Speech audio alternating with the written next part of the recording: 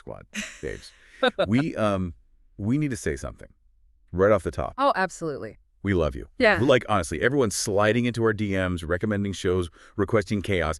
Babes, we are literally here for you. And babes, you are all, like, fucking amazing. So the absolute backbone of this entire operation. I mean, we see the messages, right? We see the completely unhinged theories at 3 a.m., and we respect the dedication to the mess. We really do.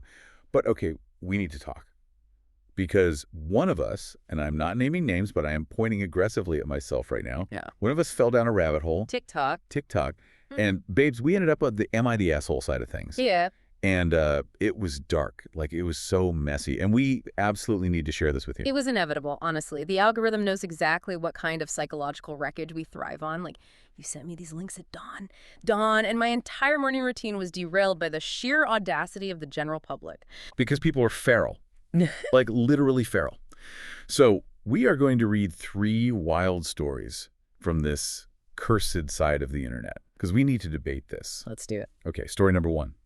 Someone refuses to attend their best friend's wedding because their ex is the maid of honor. Right. Okay, so the structural integrity of this friendship is already crumbling, clearly. Oh, completely. Refusing to attend your supposedly closest friend's wedding because of another member of the bridal party, that is a massive exertion of control, but it's masked as a boundary.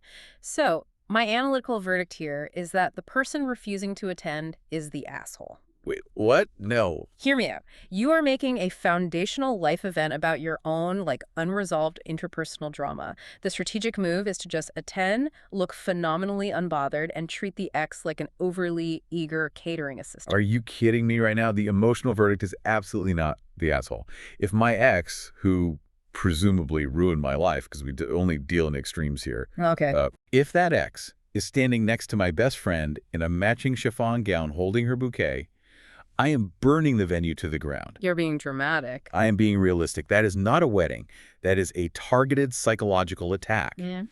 Best friends are supposed to protect your peace, not draft your mortal enemy into their bridal party. But you are operating under the assumption that the bride maliciously selected the ex just to torture the friend. What if the ex is the bride's sister? Unacceptable. Or a childhood friend who predates the relationship? You cannot demand a veto over someone else's wedding party. It is deeply narcissistic to assume the bride's choice of maid of honor is, like, a referendum on your past relationship. I completely reject your logic. I do. If you're my best friend, my enemies are your enemies. It's in the contract. There is no contract. There's an emotional contract. Okay, moving to story 2 because my blood pressure is spiking. Take a breath. I'm trying. Okay. A person secretly rehomed their partner's pet because they didn't like it. And they thought they were, quote-unquote, helping their partner who was, quote-unquote, stressed by the pet. Okay, this isn't even a debate about being an asshole. This borders on actual sociopathy. Right. Thank you. You do not covertly remove a living creature from someone's home under the guise of helping. The psychological mechanism here is terrifying. It's evil. This person identified a minor inconvenience to themselves. You know, they didn't like the pet. And they weaponized their partner's perceived stress to justify a unilateral, devastating decision. This is a person who will isolate you from your friends and drain your bank account because they think they know what's best for you. Asshole, unequivocally. I am screaming. Who does that? You are completely right. The absolute delusion to frame kidnapping a dog or a cat as helping. It's deranged. If you touch my pet, you better change your identity and flee the country. Yeah. The emotional damage of coming home and your partner acting like, oh, surprise, I gave away your emotional support animal to a farm upstate so you could focus on me. Yeah, that's a true crime documentary waiting to happen. I would be on the next episode of a true crime documentary, and the jury would acquit me in 5 minutes. Like, literally. The defense would just play a TikTok of the story, and the judge would personally hand you the gavel. Truly. No jury would convict. Okay, story 3. This one is so petty it actually hurts my soul. I'm ready. Someone hosted a weekend trip at their family cabin, and afterward they sent an itemized Venmo request charging their friends for gas, food, and quote-unquote emotional labor. The commodification of friendship has gone entirely too far. It's sick. Like charging for gas and groceries, totally standard logistical behavior if discussed beforehand. Adding a line item for emotional labor because you had to coordinate group chats and listen to your friends vent about their jobs over a campfire. No, absolutely not. That is an immediate friendship termination. You cannot retroactively invoice people for the basic mechanics of human interaction. Asshole. It is the most unhinged thing I have ever heard. Emotional labor. Yeah. Babes, you invited people to a cabin. Ah. If you didn't want to deal with their personalities, you should have gone on a solo retreat to a monastery. Exactly. The audacity to hit request on Venmo for listening to Jessica cry about your situationship for an hour, $50. Yeah. I would dispute the charge with my bank and block their number. It reveals a deeply transactional view of relationships. They don't see friends. They see clients who owe them a retainer for hanging out. Yes. Oh my God, let's be honest. TikTok spiraling has taken us to the absolute worst depths of the universe. Why is this content even available? Well, the algorithm is designed to exploit our negativity bias. It feeds us these highly polarizing, morally ambiguous situations because righteous indignation is the stickiest emotion on the internet. It's so sticky. We lose hours of our lives because the dopamine loop of judging a stranger's terrible life choices is incredibly potent. The time loss is physical violence. Huh. I will sit down at 8 p.m. to watch one cooking video, and suddenly it is 2 a.m., my retinas are burning, and I am emotionally destroyed because I've just absorbed 50 stories about terrible mother-in-laws and stolen pets. The emotional damage is real. We are absorbing the collective trauma of a million poorly adjusted strangers. It requires an immediate palate cleanser. Switch. Book moment. Because, babes, I know you're currently reading The Inmate by Frida McFadden, and babes, you have thoughts. I am practically vibrating with thoughts. We need to talk about the absolute chokehold Frida McFadden has on the psychological thriller genre right now. She is the moment. The premise alone is designed to stress you out. So a woman takes a job as a nurse practitioner at a maximum security prison, which just so happens to house her high school boyfriend, who also happens to be in prison for attempting to murder her. I am already sweating. Why would anyone take that job? That is the cornerstone of the unreliable, slightly self-destructive protagonist trope. The plot vibes are immensely claustrophobic. You are trapped behind literal iron bars, and the pacing is relentless. Ooh, I love that. What's working for me is how effectively McFadden manipulates the reader's paranoia. Every single conversation the protagonist has with an inmate or a guard feels entirely loaded. The writing style isn't overly flowery. It's sharp, economical, and purely functional to drive you to the next cliffhanger at the end of every chapter. I live for a chapter that ends with someone finding a mysterious note in their locker. Yeah. It's my favorite trope. But, is it actually believable? Because emotionally, if I found out my attempted murderer was in my workplace, I am faking my death and moving to Switzerland. You're not checking his vitals. I am not taking his blood pressure. Absolutely not. See, that's where the analytical side of my brain struggles and what's slightly not working. You have to actively suppress your logical reflexes to enjoy the ride. The suspension of disbelief required to accept that the prison administration didn't flag this massive conflict of interest during the background check is astronomical. HR was asleep at the wheel. Completely. But if you can silence that part of your brain, the psychological manipulation between the characters is fascinating. It's a masterclass in gaslighting. Honestly, gaslighting is my favorite fictional aesthetic. I want to read a book and question my own sanity by page 50. But all this stress leads directly to the snack check. Babes, we are currently eating carrots. An aggressive, frankly offensive amount of carrots. Pause, because, babes, it's almost summer, and carrots are cheaper than Ozempic. The delusion of the health era is upon us. We have traded the joy of potato chips for a root vegetable that requires a monumental amount of jaw strength to consume. So much chewing. The effort-to-flavor ratio is staggeringly unbalanced. I am trying so hard to romanticize this. I am dipping them into spicy hummus. I am telling myself the crunch is satisfying. I am visualizing my glowing skin from all the beta-carotene. Good luck with that. But at the end of the day, I'm just a girl standing in front of my podcast microphone, wishing this was a family-sized bag of nacho cheese Doritos. It's the psychological warfare of diet culture. You are trying to convince your brain that a cold, damp cylinder of earth is a treat. I call it that. It is a coping mechanism, but honestly, the aggressive crunching is quite cathartic when we have to discuss people who obliterate the basic rules of human decency. Which is the perfect transition. Because, babes, the boundary crossing we saw on AIT and TikTok is child's play compared to the absolute wreckage of Rooster Season 1, Episode 6, Top Hawk. We need to get into this recap because I am dying to talk about the mess. The sheer volume of ethical violations in this single hour of television is staggering. It is a masterpiece of chaos. Let's start with the most flagrant HR violation we have ever seen on a fictional college campus. Greg. Sweet, awkward, tragically divorced Greg. Played brilliantly by Steve Carell. Yes, He decides the most logical solution to his student Tommy getting kicked out of his house for bad grades is to just move him into his own home. The pathology of this decision is fascinating. There's this brilliant term for the show's universe, fantasy social logic. It's a hallmark of Bill Lawrence productions. Oh, totally. The creator forces the audience to accept these massive ethical breaches, like a professor housing an active student, not as predatory or manipulative, but as an extreme manifestation of kindness. Right, because in reality, Greg would be fired by lunch. Oh, absolutely. The power dynamic is wildly inappropriate, but the show demands we suspend our disbelief and view this through the lens of pure, unfiltered altruism. And I am suspending it, babes. I am fully strapped into the delusion because the comedic payoff of this odd couple dynamic is giving me life. Tommy is an absolute disaster. Complete disaster. He's using Greg's toiletries and immediately losing them. And there was this running joke where Tommy keeps calling Greg everybody's dad. But, like, Greg is functioning way more like a hyper-anxious suburban mom. The caretaking instinct is completely unhinged. He is aggressively hovering. He has strict grocery lists. He is monitoring Tommy's study habits with the intensity of an air traffic controller.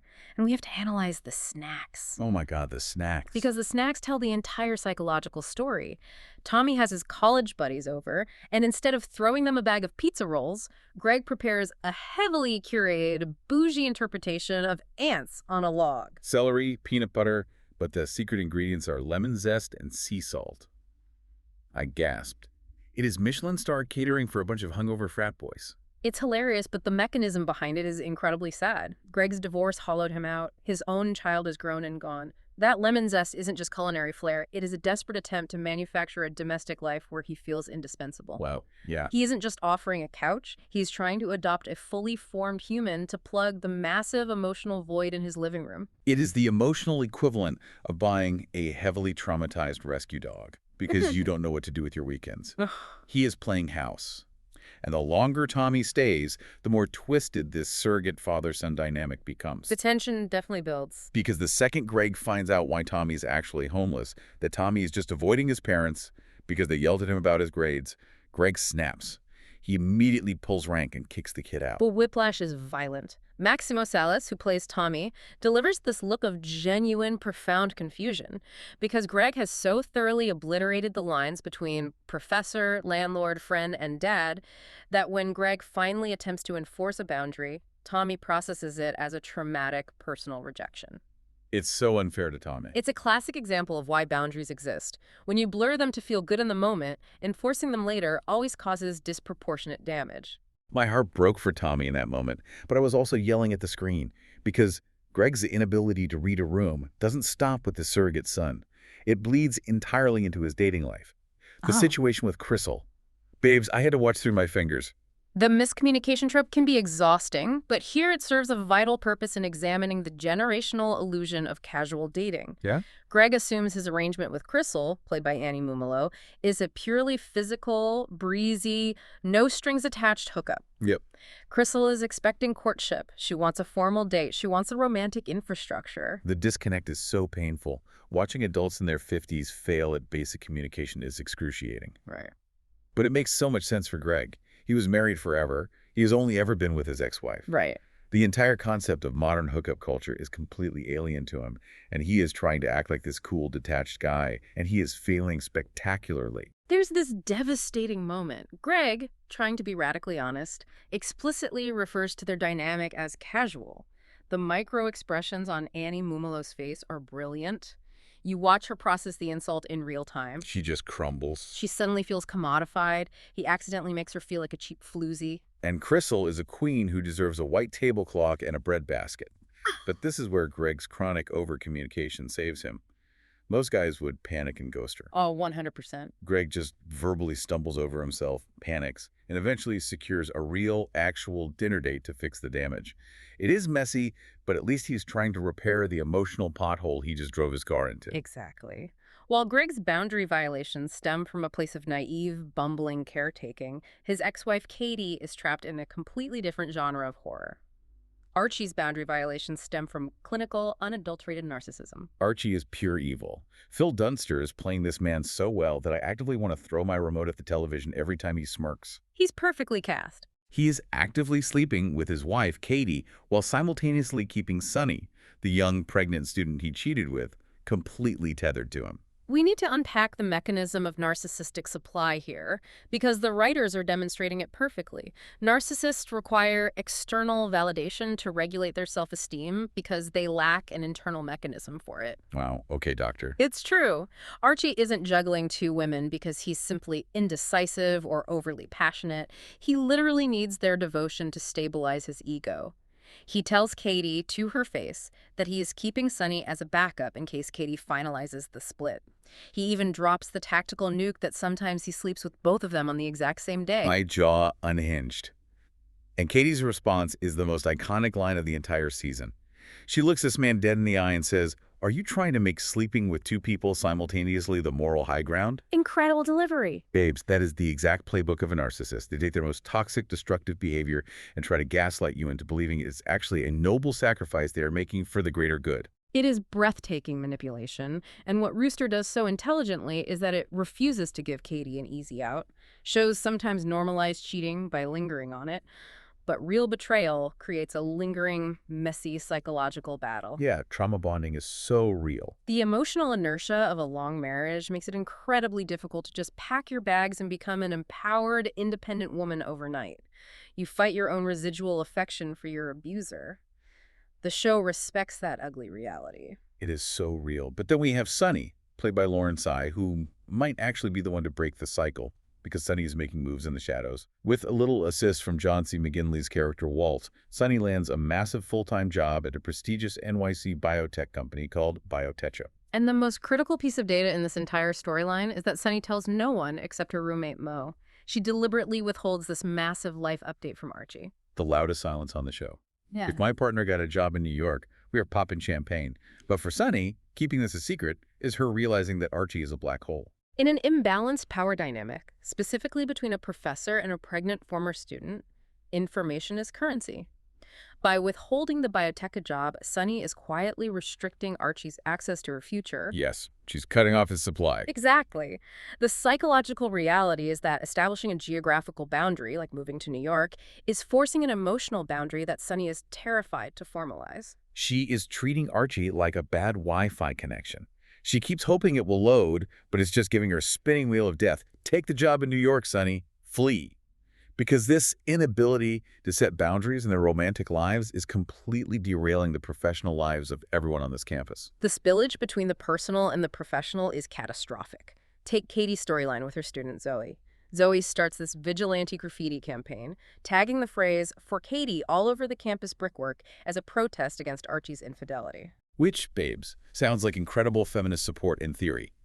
But in practice, Katie is just trying to walk to the cafeteria and is constantly accosted by massive, spray-painted reminders of her husband's affair. Yeah. It is so unhinged. It forces Katie to confront a harsh professional reality. She overshared. She trauma dumped on her students. She allowed the boundary between authority figure and confidant to dissolve. Big mistake. The thematic payoff is essential. Katie has to actively rebuild the wall. She has to sit Zoe down, take accountability for blurring the lines, and reestablish the hierarchy. And the writers layered this so brilliantly with Katie's actual lecture material. She's teaching her class about Margaret Keane, the artist behind the Big Eyes paintings. A masterful thematic parallel. Yes. Margaret Keane's husband, Walter, literally stole the credit for her entire body of work for years. So you have Katie dealing with the cheating, narcissistic husband, Sunny dealing with the same man, treating her like a backup drive, and then we have Dylan. Dylan. Danielle Deadweiler is an absolute force in this role. She really is. Dylan has been thriving as the interim dean. She brought back the Ludlow Review, she raised the adjunct pay, she is finally stepping into the institutional power she deserves. And then the old guard returns. Dean Riggs, played by Alan Ruck, recovers from his heart attack and just waltzes back into the corner office to reclaim his throne. The Margaret Keane parallel solidifies right here. It is the pervasive theme of highly competent women constantly having to manage, accommodate, or surrender space to mediocre, entitled men. Dylan gets a taste of actual structural impact, and the patriarchy literally comes back from the dead to take her keys away. I was furious. But the one bright spot for Dylan is her dynamic with Greg. Greg shows up on campus with this completely ridiculous, oversized electric bike. Katie mocks it. Cristle doesn't care. But Dylan Dylan is obsessed. She shrieks, hops on the back, and they go joyriding around campus. The chemistry is screaming at us. Dylan is clearly Greg's true match. Sorry, Cristle. But the internet sleuths have thrown a massive wrench into this ship. The structural reality of television production might ruin the narrative. The Reddit rabbit hole gets deeper. HBO officially greenlit Season 2, which is a massive win. But fans are bringing the absolute chaos because Danielle Deadwyler is heavily rumored to be joining Ryan Coogler's X-Files reboot.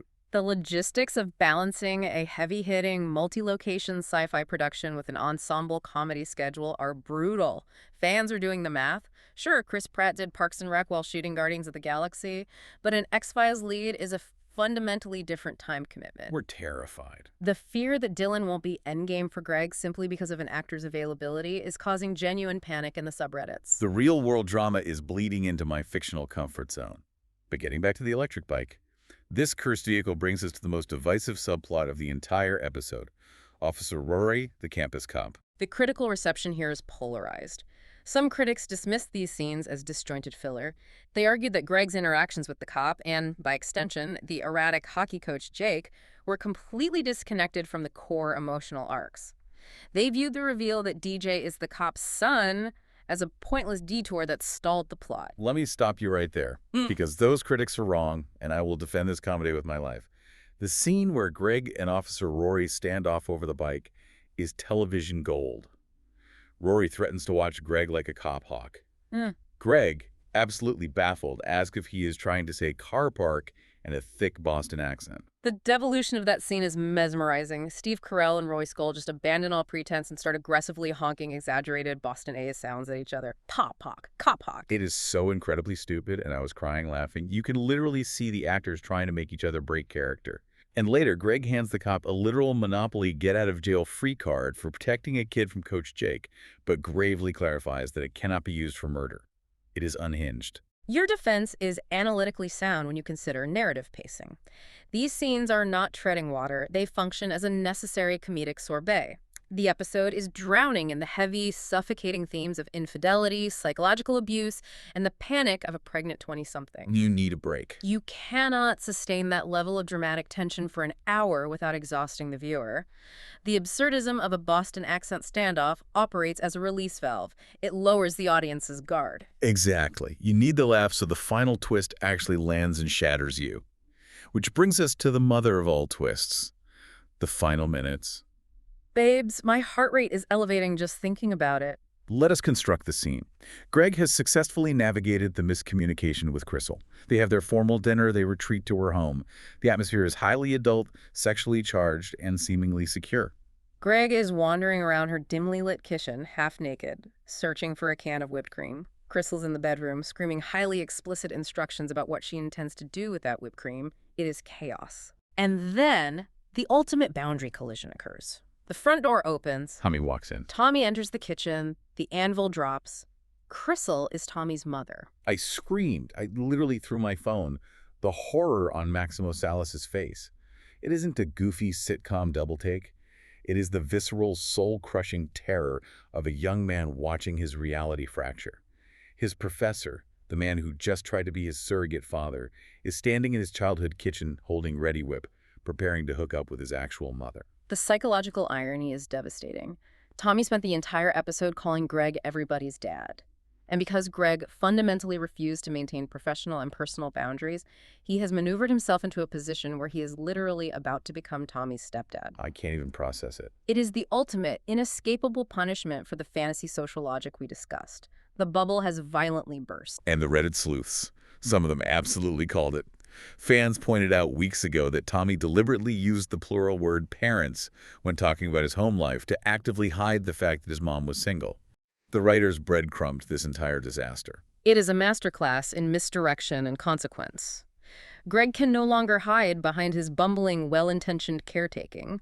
The collision of his professional irresponsibility and his romantic life has created a blast radius that will damage everyone involved. Put yourself in Greg's shoes for 3 seconds. The cold sweat panic of standing there, holding dairy products, making direct eye contact with the student you just evicted. How do you speak? And then the show just cuts to black.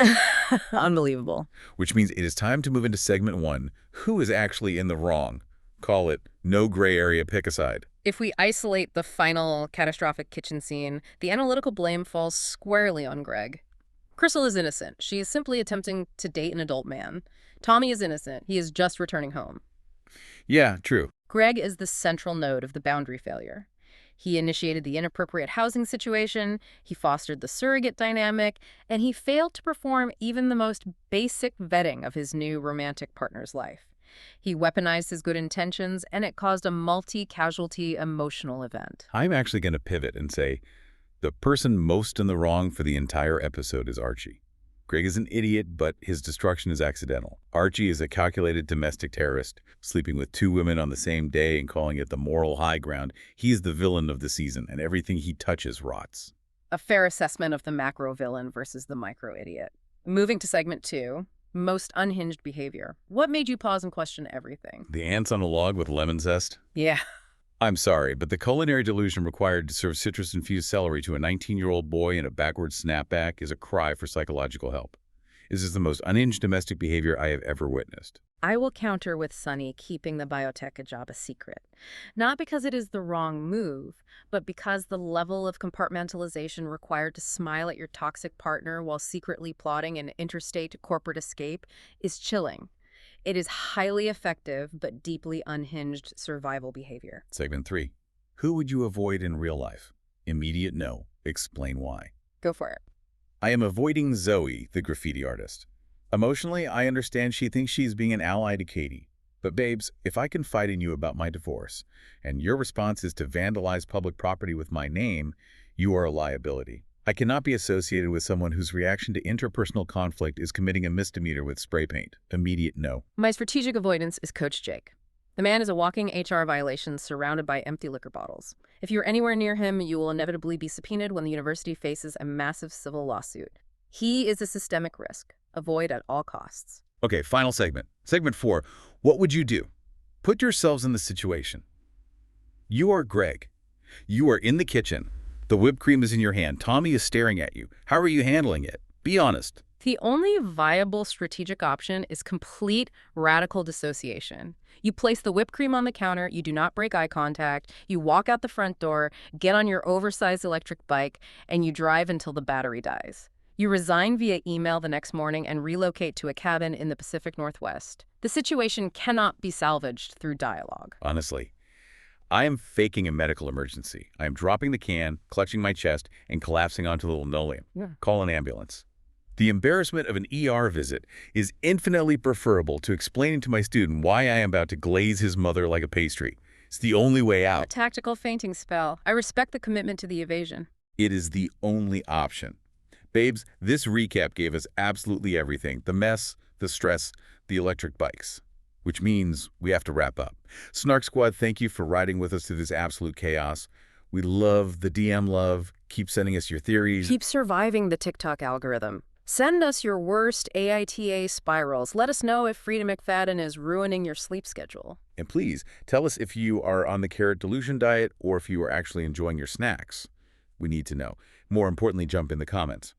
Which story today was the most unhinged? Are you on AITA TikTok, or should we be concerned for your mental health? And what are you snacking on right now to cope with the stress of this show? Remind them of the logistics. Yes, rate, review, and subscribe on whatever platform you are listening on. Send your submissions for the chaos segments. Send this episode to your most judgmental friend, because we know you have one, and we know it's probably you. Thank you to the entire Snark Squad for being the absolute best. Stay shady, stay iconic, and we'll see you on the Snark side.